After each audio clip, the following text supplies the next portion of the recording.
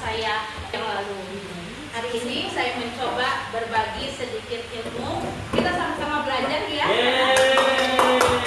Karena kebetulan saya yang belajar duluan, jadi saya yang memaparkan. Nanti lain kali teman-teman juga yang akan mendapat pelatihan dan juga akan memberikan pengimbasan yang sama. Baik, sebelumnya apa kabar semuanya? Alhamdulillah, luar biasa. Allah. Kita mau ice breaking dulu.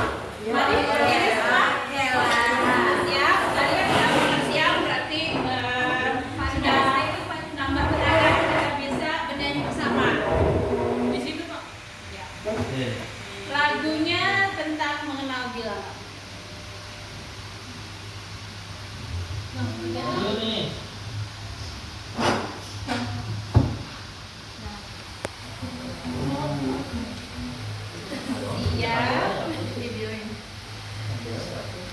Banyak ya bapak-bapak ibu-ibu.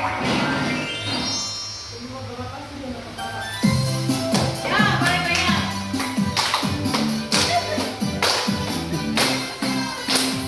Satu seperti tiang, dua seperti bebek, tiga seperti telinga, empat seperti kulit,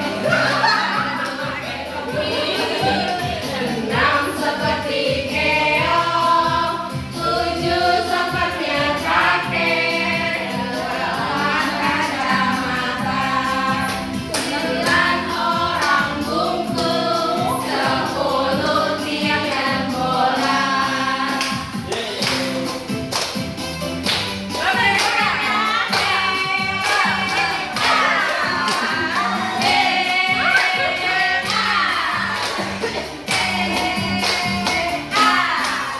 Satu seperti tiang, dua seperti bebek, tiga seperti telinga, empat kursi terbalik, lima duduk pakai topi, enam seperti keong, tujuh tomatnya kakek, delapan kacamata, sembilan orang bungkus, 10 tiang dan bola.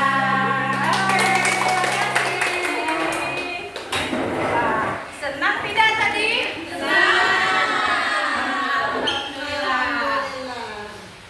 Baik, judul presentasi saya pada hari ini adalah Aku dan Bilangan Sahabat Bermain.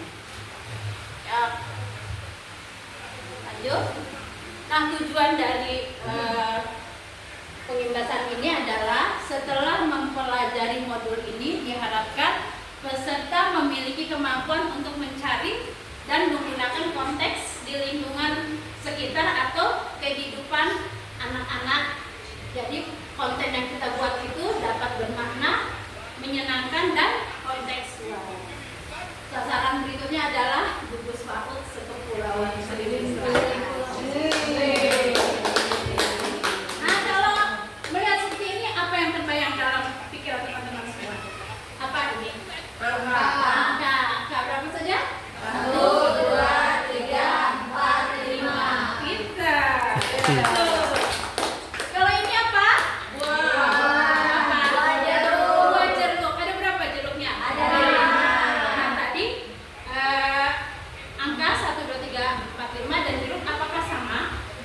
Ini bilangan, tadi angka dan bilangan apakah sama? Sama atau berbeda? Berbeda. Betul sekali. Angka dan bilangan adalah dua hal yang berbeda. Kalau angka adalah, kita lihat, angka adalah simbol atau lambang bilangan. 1, 2, 3, 4, 5 dan seterusnya dipakai untuk menulis bilangan. Sedangkan kalau bilangan itu adalah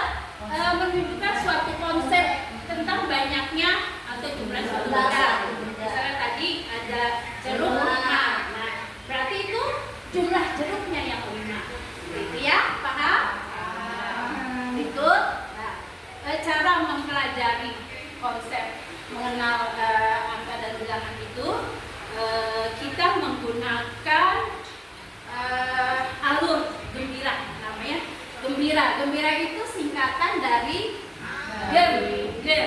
gali dan eksplorasi, kemudian muat konten, B-nya buat aktivitas, I ikuti pemikiran murid, dan yang terakhir rayakan dan akhiri.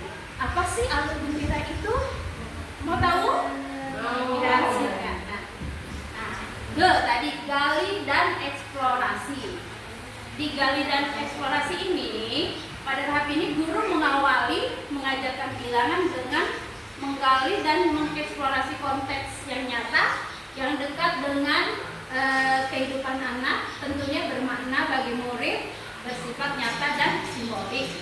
Contohnya, misalnya kita bisa menggunakan lingkungan kelas atau lingkungan kita keluarga. Kita bisa menggali eksplorasi anak untuk kita coba kamu lihat ada apa di sana, gitu kan? Ada apa? Nanti anak akan memperhatikan. Nah, jadi kita bisa melihat lingkungan sekitarnya. Yang pertama, kemudian pada saat anak bermain juga, misalnya main ayunan, sambil bermain dia akan menghitung 1, 2, 3, gitu ya. Apalagi misalnya bergantian. Kalau sudah menghitung sampai 10, lalu anak berikutnya yang akan bermain. Kemudian yang ketiga, ada membandingkan jumlah benda. Misalnya ada 2 kotak, yang satu kotaknya penuh, yang satu setengah. Jadi anak-anak tahu mana yang jumlahnya banyak dan mana yang jumlahnya sedikit. Nah, dari hal-hal seperti ini kita gali dan eksplorasi, kira-kira nih ibu apa yang terlihat dari gambar seperti ini? Ada apa yang bisa dilihat? Kita gali. Layangan, pintar, ada berapa layangannya? Ada. Lalu ada apa lagi? Ayam. Berapa ayamnya? 2.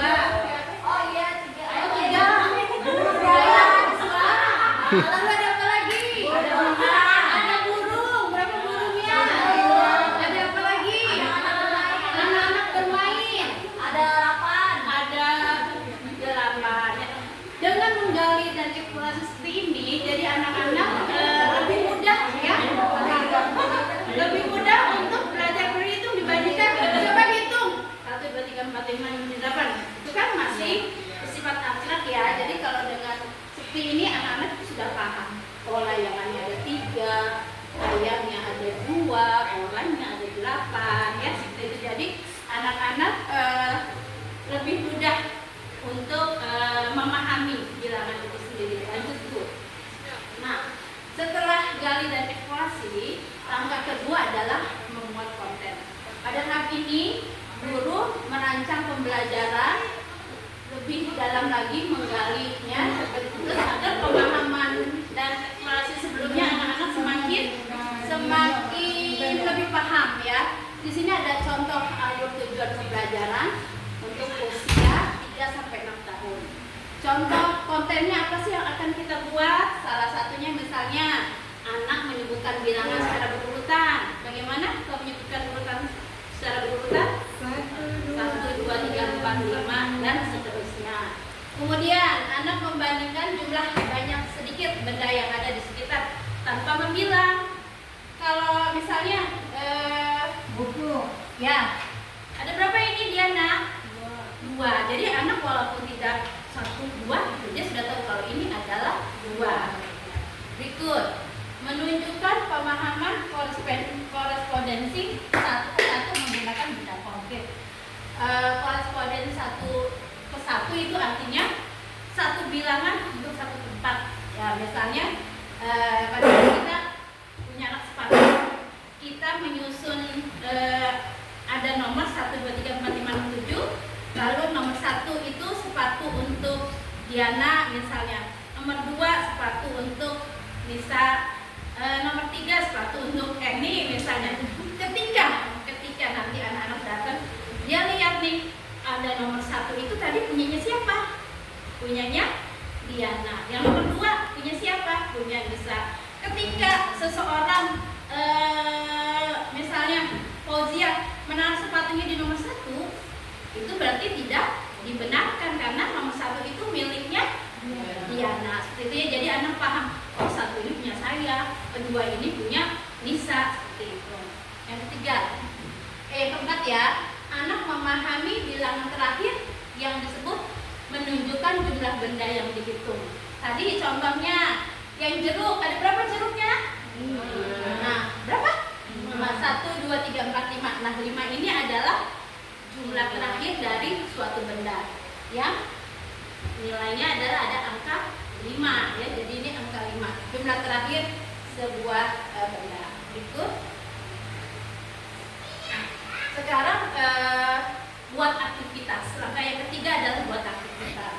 Tentunya buat aktivitas di sini kita guru membuat aktivitas pembelajaran yang menyenangkan dengan mengacu pada prinsip pembelajaran mendalam. Dalam memahami kita harus berprinsip pada berkesadaran, bermakna dan menggembirakan. Berkesadaran itu sudah paham? Sudah tahu? Yang berkesadaran itu adalah guru mendorong anak untuk fokus pada pengalaman belajar yang menyenangkan dengan melibatkan panca indera ya, dan juga kesadaran. Kemudian untuk bermakna tentu aja adalah pembelajaran yang kita buat adalah yang anak-anak sudah kenal, sudah dialami sehari-hari dalam kehidupan sehari-hari, dan tentunya bersifat konkret ya, bersifat nyata, konkret. Tidak misalnya 4 tambah 4 berapa gitu kan, anak-anak belum paham gitu ya. Tapi kalau dengan menggunakan benda, misalnya 4 jeruk tambah 4 jeruk, anak-anak paham kalau ditanyakan jadi berapa. Kemudian prinsip yang ketiga adalah menggembirakan. Menggembirakan pastinya pembelajaran itu kita rancang dengan menyenangkan anak dan mempunyai jadi anak itu punya minat tersendiri terhadap pembelajaran yang diberikan. Lanjut. Nah, sekarang contoh aktivitas yang menarik untuk bilangan tadi. Yang pertama, kita bisa memberikan permainan sorting ya, menyortir color, warna dan benda ya. Misalnya segitiga bentuknya merah, segi bentuknya biru, jadi anak bisa memilih bentuk dengan cara menyortir tadi. Yang kedua, matching ini adalah mencocokkan jumlah bilangan dengan gambar ya. Misalnya oh ini ada kue 2 berarti 2. Yang ini bermain games ya, misalnya ini contohnya bisa kita kocok angka, misalnya masing-masing anak ngambil, nanti dia bisa menebak. Oh misalnya lu Fauzia dapat angka 3 misalnya gitu ya, Ros dapat angka 5, jadi anak bisa pembelajaran bermain sambil seperti itu. Yang keempat, puzzle. Nah puzzle ini kita bisa memberikan puzzle yang ada bilangannya. Contohnya seperti ini nih, yang pernah kita punya ya. Ini adalah puzzle ikan paus ya, ikan lumba-lumba. Di sini ada angka 1 sampai 9. Selain menyusun kepingan-kepingan puzzle ini, anak juga belajar angka 1 sampai 9. Atau yang ini puzzle yang beruang ya. Ini 1 sampai 10. Ya, berikut. Yang alur yang berikutnya, ikuti pemikiran murid. Pada tahap ini, guru dapat melakukan evaluasi. Evaluasi ini tidak mencari benar atau salah ya, namun memperhatikan bagaimana pemahaman menghitung itu menggunakan bilangan dan dapat juga dibuat asesmen. Contoh nih, misalnya nih, ini kan ada anak bilang, Bu Guru, aku tadi udah bisa menyusun 5 mobil. Padahal di sini 6. 1, 2, 3, 4, 5. Nah, guru jangan salah, itu bukan 5 tapi 6 gitu. Tidak seperti itu ya. Kita harus ikuti pemikiran murid. Kenapa kamu bilang ini ada 5? Gitu kan? Ini kok 1, 2, 3, 4, 5 kata. Ternyata dia melewati satu mobil. Jadi kita tidak langsung menjas si anak ini salah, tapi kita ikuti dulu pemikirannya anak tersebut. Kemudian atau juga ketika menyusun balok, bikin menara. Misalnya ibu guru bilang susun menara dari 5 balok nih ya, 1, 2, 3, 4. Ternyata itu anak nyusun sampai 10. Ibu guru bilang salah, kan ibu guru bilang 5, masa kamu 10? Nah kita tidak boleh kita seperti itu, tapi kita tanya, kenapa kamu nyusun balok seperti ini.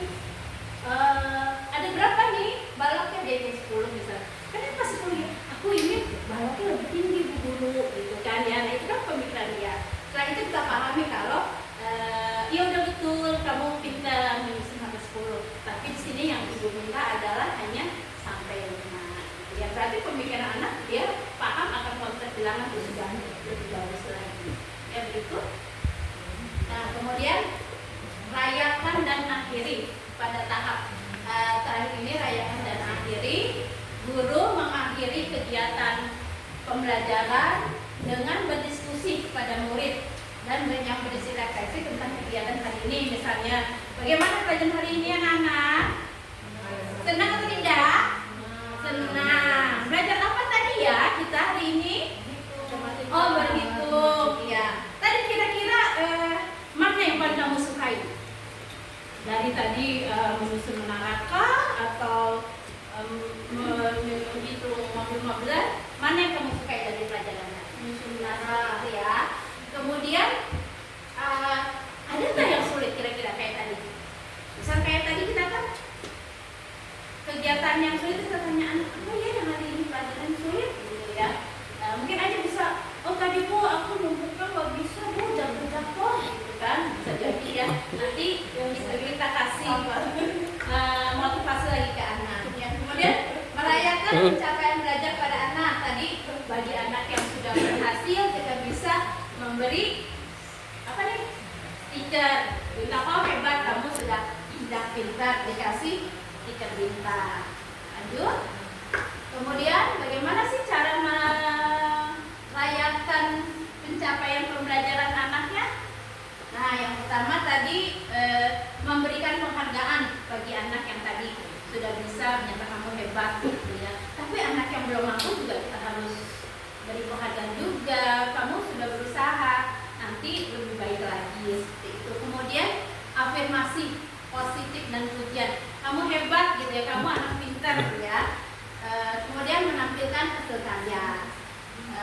Kita bisa meminta anak untuk menampilkan hasil karya yang dia buat. Biasanya kita kadang-kadang di sini sudah melakukan hal seperti itu ya. Kita minta anak untuk menghasilkan hasil karya untuk diperlihatkan kepada teman-teman. Itu. Nah,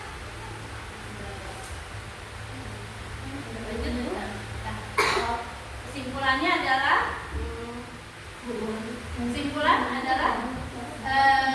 dari alur gembira ini, pendekatan gembira telah terbukti efektif dalam mengenalkan bilang kepada anak-anak usia dini dengan langkah seperti gali dan eksplorasi, buat konten, buat aktivitas, ikuti pemikiran murid, rayakan dan akhiri secara interaktif.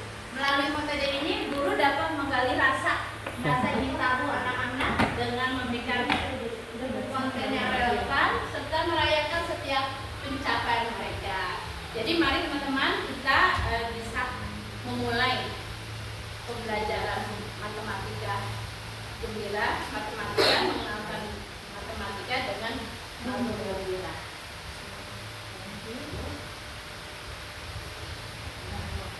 Terima kasih.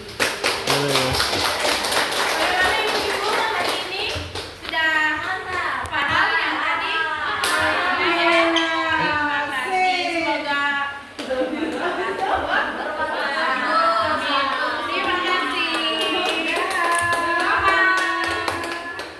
Tadi ada di foto bersama. Ayo. Udah bahasa deh. Terima kasih.